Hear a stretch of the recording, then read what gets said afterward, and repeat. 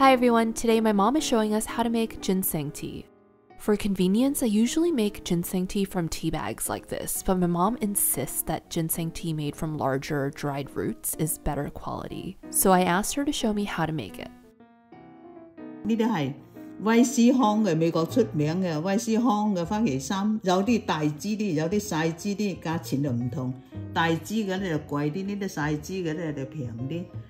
所以我哋平時攞嚟煲嚟涼，當涼茶飲咧，買啲細支嘅就可以啦，唔一定係買啲大嘅。My mom usually hacks away at the ginseng like this. As you can see, it gets really messy. That's why I asked her to show me an easier, cleaner way to slice ginseng. 因為咧花旗參佢本身好硬嘅，切起上嚟咧就彈一寫滿晒咁多，所以咧我哋用個鑊咧嚟蒸佢5分鐘，滾水落去蒸5分鐘咧，你攞嚟切就好容易。嗱，佢軟身啊，切開就好易。啲花旗參片咧切出嚟咧，入邊望到佢白咧，啲花旗參就靚啲。而家我哋嚟煲花旗參茶，我煲咧就老仲少都得，所以咧加少少米落去煲。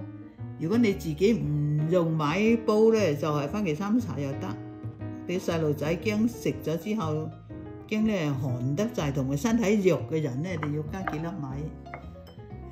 啲花旗參洗乾淨啦。如果你要啲花旗參濃啲嘅咧，我咧就用少啲水。如果你話想淡啲咧，啲味冇咁大咧，就落多啲水，倒啲花旗參落去啦，再加啲米落去，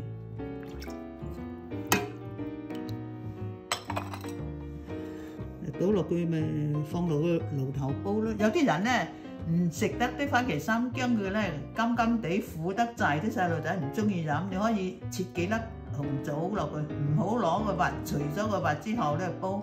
又冇咁燥熱，所以啲紅棗咧除咗個核之後咧，攞嚟加啲紅棗落個煲，或者咧你加嘅蜜棗落去都得。